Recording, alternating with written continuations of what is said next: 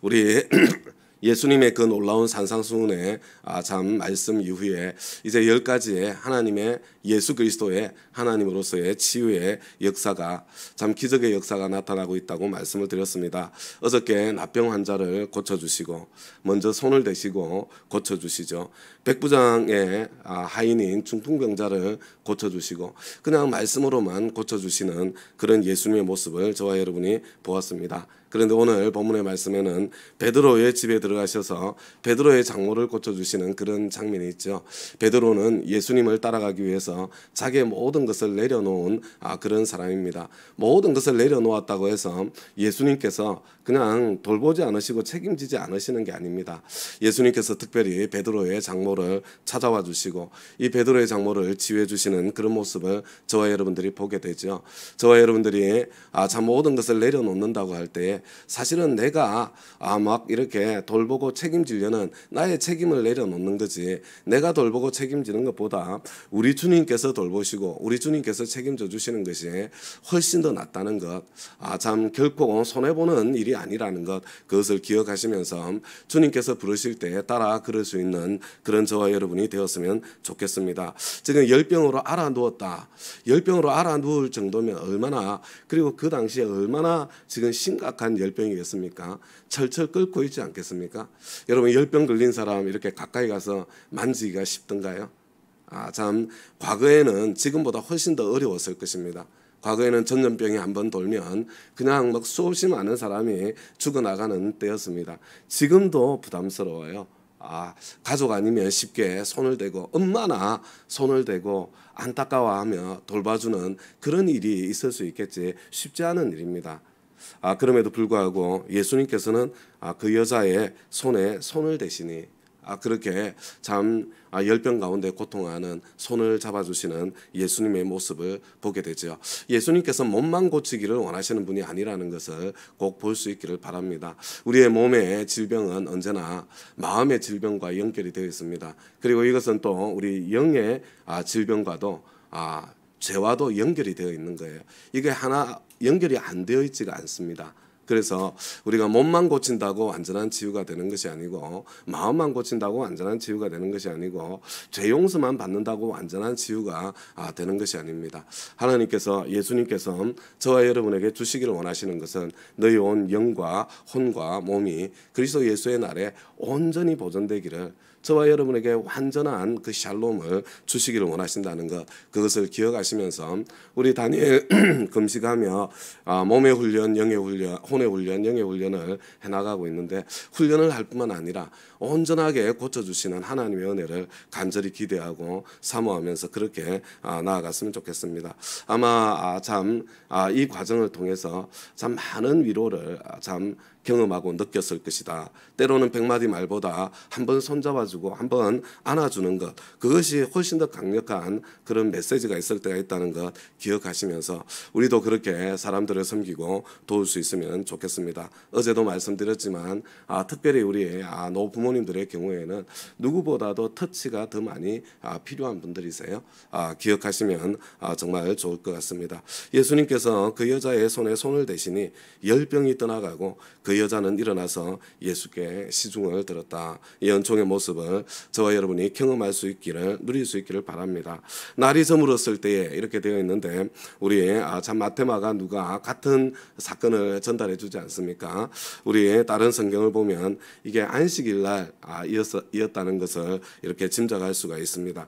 근데 이스라엘은 날이 저물면 하루가 바뀌는 거거든요. 그래서 다음 날이 시작이 되는 겁니다. 안식일이 금요일 날 해가 지면 그때부터 시작이 되어서 토요일 날 해가 떨어질 때까지가 안식일이거든요. 그래서 해가 지면 안식일 다음 날이 되는 겁니다. 그러니까 안식일 날 아니라 이 대부분의 사람들은 여전히 안식일을 지키는 전통 가운데 있었기 때문에 아마 이 안식일이 끝날 때까지 해가 떨어질 때까지 기다렸다가 해가 떨어지자마자 그냥 마을 사람들이 귀신 들린 사람, 병든 사람 많이 예수님께로 데리고 왔던 그런 장면을 상상해 볼 수가 우리가 있겠습니다.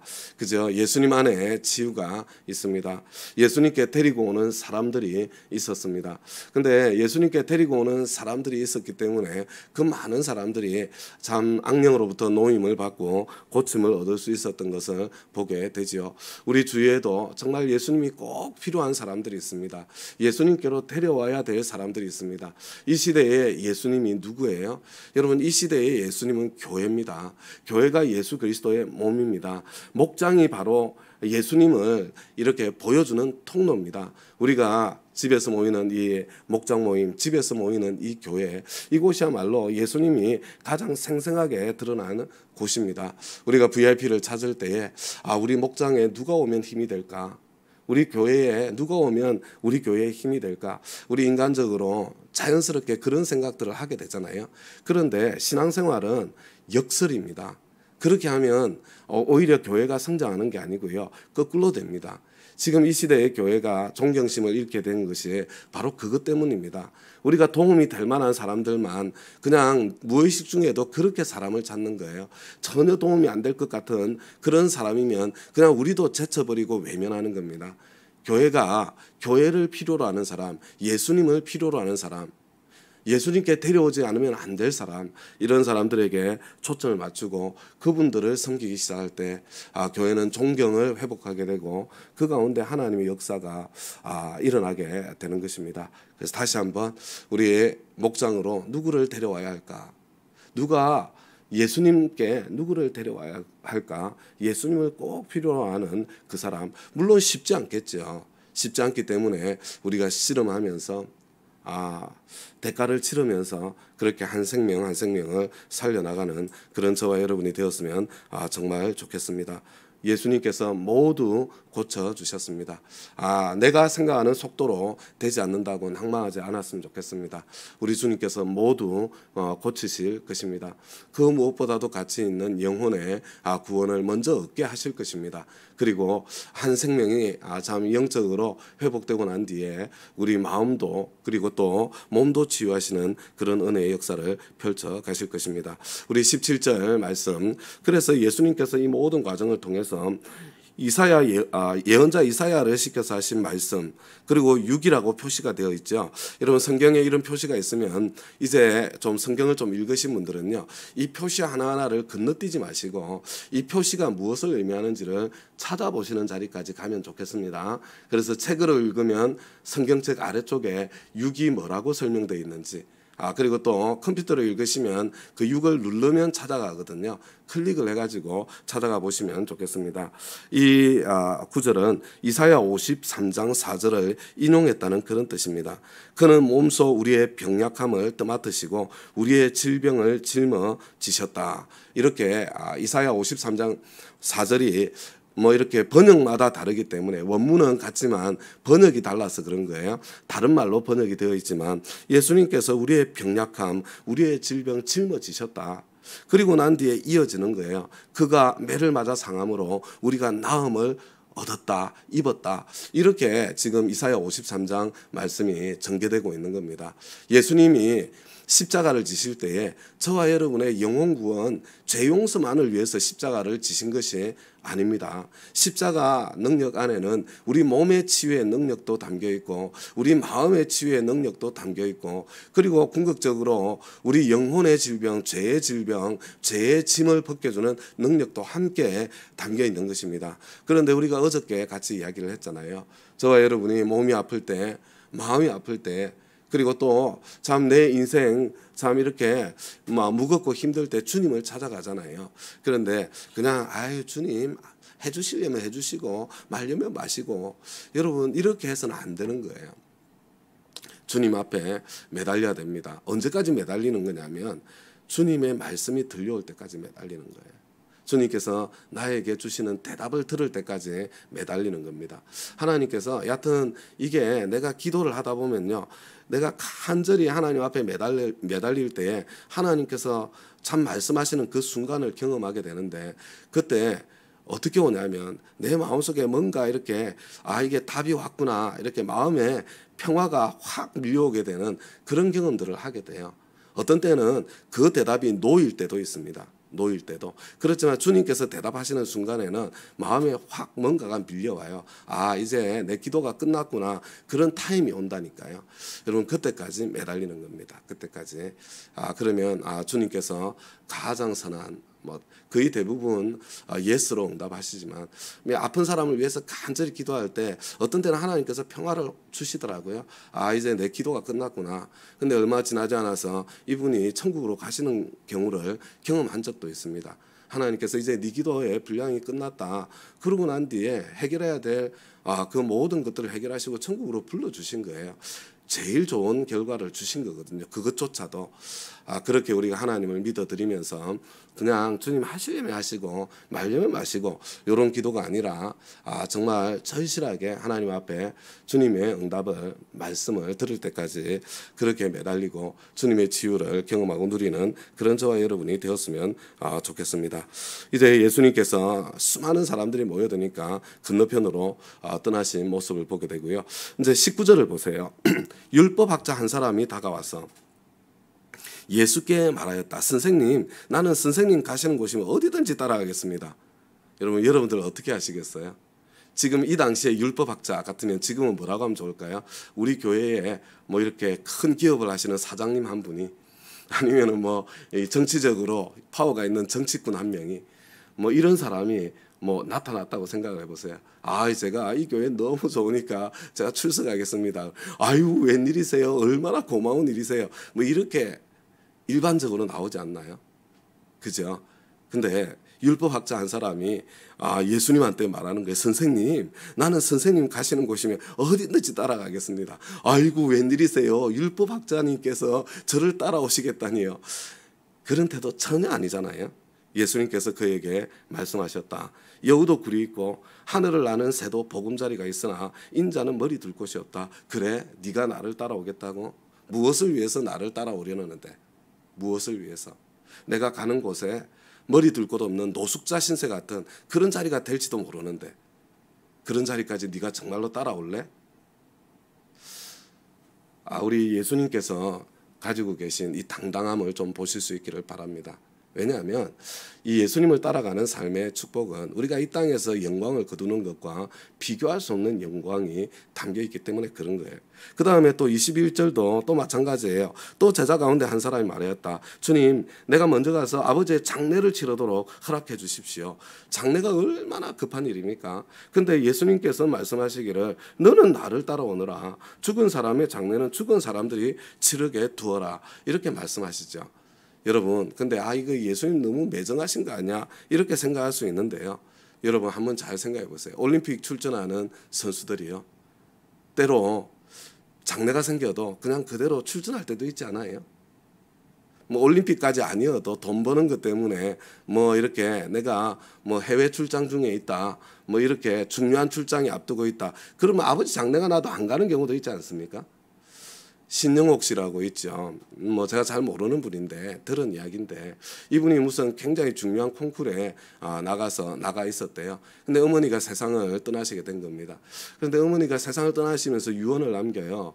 영옥이한테는 알리지 마라. 알리지 마라.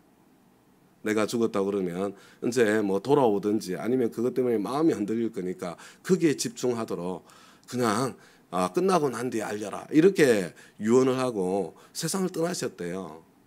그죠? 아니 콩쿠르에서 이거 이렇게 좋은 성적 거두는 거 그게 그렇게 대단한 거예요?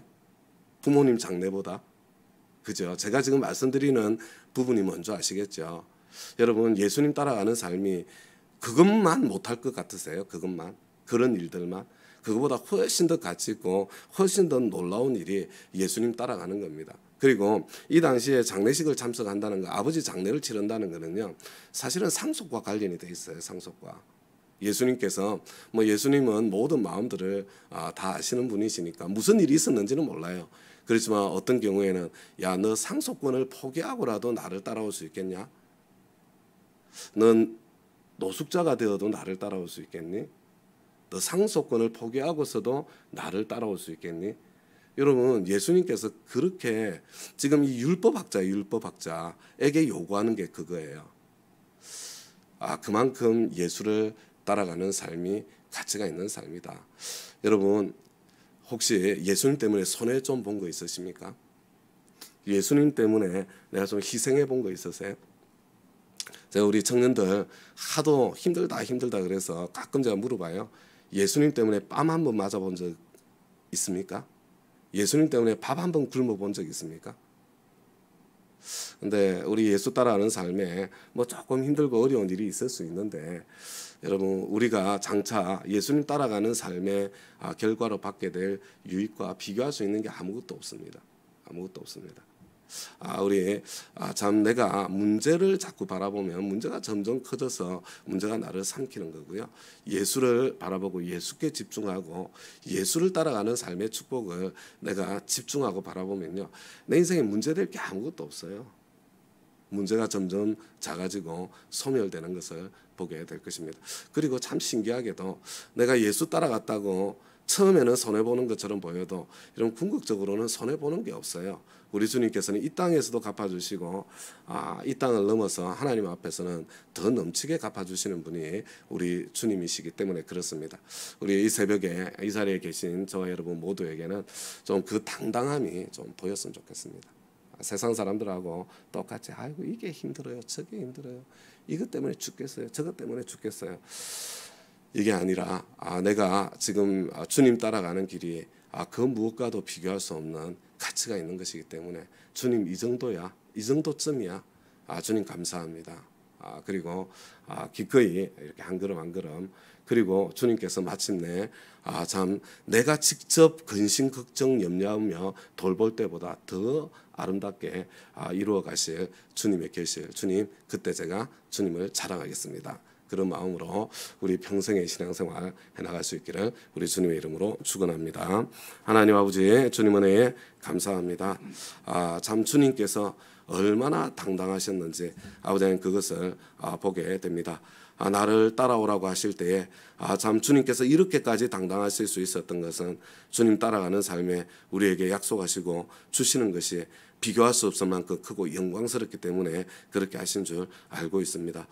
주님의 그 주님을 바라보면서 여기까지 한 걸음 한 걸음 걸어왔습니다. 그러나 주위를 둘러보니 참 내가 바보처럼 내가 어리석게 내 인생을 걸면서 여기까지 온 것은 아닌가 하는 그런 억울한 마음, 그런 참 위축되는 마음 아버지 하나님 때때로 찾아올 때가 있었음을 주님 앞에 고백합니다. 하나님 아버지 이 새벽에 그런 마음들이 있다면 깨끗하게 탈탈 털어낼 수 있도록 도와주시고 아버지 하나님 기쁨으로 참 감사함으로 아버지 하나님 주님께서 불러주신 부르심을 향해서 힘차게 걸어갈 수 있도록 저희들 한 사람 한 사람에게 은총과 은혜를 베풀어 주시옵소서. 주님께 감사드리며 예수님 이름으로 기도드리나이다. 아멘. 아멘.